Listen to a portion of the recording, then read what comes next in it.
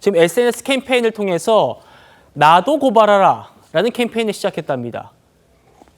1호 셀프 신고자는 윤상현 의원입니다. 그러니까 대통령에 대한 탄핵, 체포, 반대한다라는 문구를 국민의힘으로 보내면 그걸 취합해가지고 민주당의 민주파출소에 자진 신고한다라는 내용인데 윤상현 의원, 내가 1호로 셀프 신고하겠다. 끔찍한 독재다. 국민의 목소리를 대변하면서 이재명 독재를 바로잡는 데 앞장서겠다. 호 대변인님, 네. 이 지금 국민의힘에서 펼치고 있는 SNS 캠페인 어떤 의도인지 좀 소개를 해주신다면요. 저는 근원적인 그 불안감과 공포가 우리 국민들 사이에 굉장히 확산되고 있다고 생각합니다. 어떤 공포냐? 어떤 나라가 되는 건가? 우리나라가. 이재명 대표께서 2021년에 김어준 씨하고 대담하면서 권력은 좀 잔인하게 행사돼야 된다라는 말을 한 적이 있는데 네. 그것이 이제 현실화가 되고 있는 것입니다. 카톡을 일반인이라도 단순하게 퍼날라도 단호하게 고발하겠다. 이게 검열이 아니라고 또 주장을 이제 강변을 하지 않습니까? 두 가지가 이제 더 이제 가중되는 요인이 있는데요. 내로남불이라는 거죠.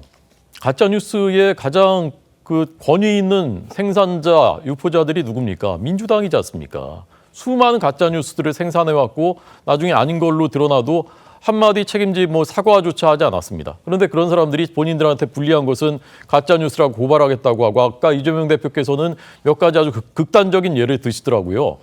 본인의 부친에 대해서 어떤 얘기들 저는 사실 다 처음 들어본 얘기들인데 그런 극단적인 것 가지고서 가짜 뉴스를 이거를 뿌리 뽑아야 되지 않냐라고 말씀하시는데 저는 이렇게 말씀드리고 싶습니다. 국민들께서 이재명 대표에 대해서 판단하고 계신 것은요. 이재명 대표께서 지금까지 보여오셨던 수많은 정치적인 궤적들 그리고 12개 지금 중대범죄 혐의로 재판을 받고 있는데 수사와 재판 과정에서 너무나 많은 사실관계들이 드러났습니다. 그런 것들을 보고 판단을 하고 있는 것이지 저도 처음 들어본 그런 가짜 뉴스 이런 거 가지고 판단하시는 게 아니라는 겁니다. 두 번째 내로남불은요. 저 전용기 의원이라는 분 국민소통위원장이라고 하는데 국민들을 고소고발과 수사로서 국민들과 소통하시겠다는 생각이신가 봐요. 근데 저분은 민주당 전당대회 돈봉투 사건 그 혐의로 몇 차례 소환 통보 받았는데 응하지 않고 있는 당사자입니다. 지금 윤석열 대통령에게 적용되고 있는 그 기준을 적용한다면 체포영장이 발부가 됐어야 되고요. 한 1,000명 가서 체포를 했어야 되는 거예요. 근데 그런 법치에 대해서는 정면 부정하시는 분이 대한민국의 언론 자유를 흔들겠다. 저런 말을 하니까 더욱더 분노하게 되는 것입니다. 최재성 전 청와대 정무수석이요. 지금 민주당의 모습에 대해서 이런 우려를 하고 있습니다. 들어보시죠.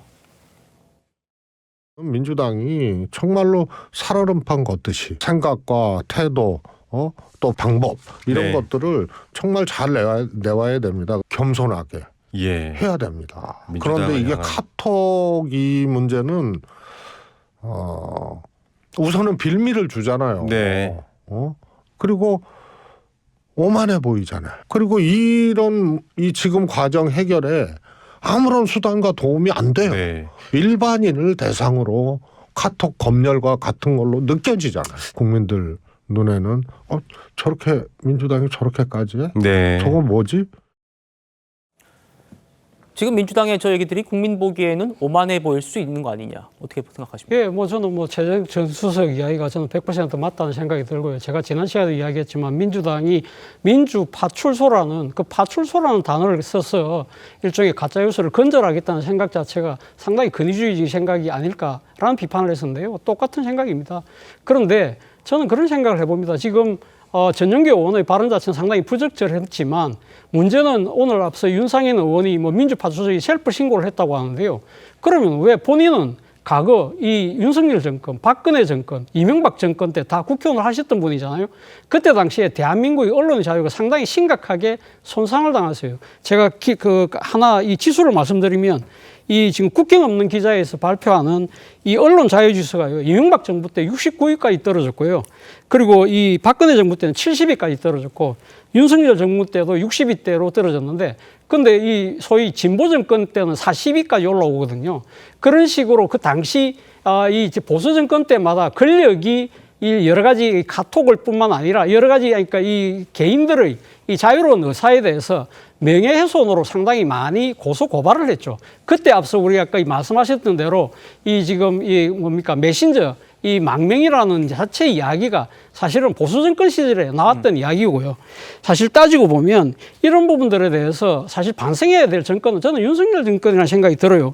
지금 윤석열 정권 지난 3년 동안 예. 이 지금 이 정권이 고소 고발한 언론사가요 14곳이나 돼요. 당시 그런 식으로 언론의 자유, 표현의 자유를 심각하게 훼손당하고 있을 때 지금 국민의힘 의원들은 왜 이런 표현의 자유에 대한 옹호된 모습을 보이지 않았습니까?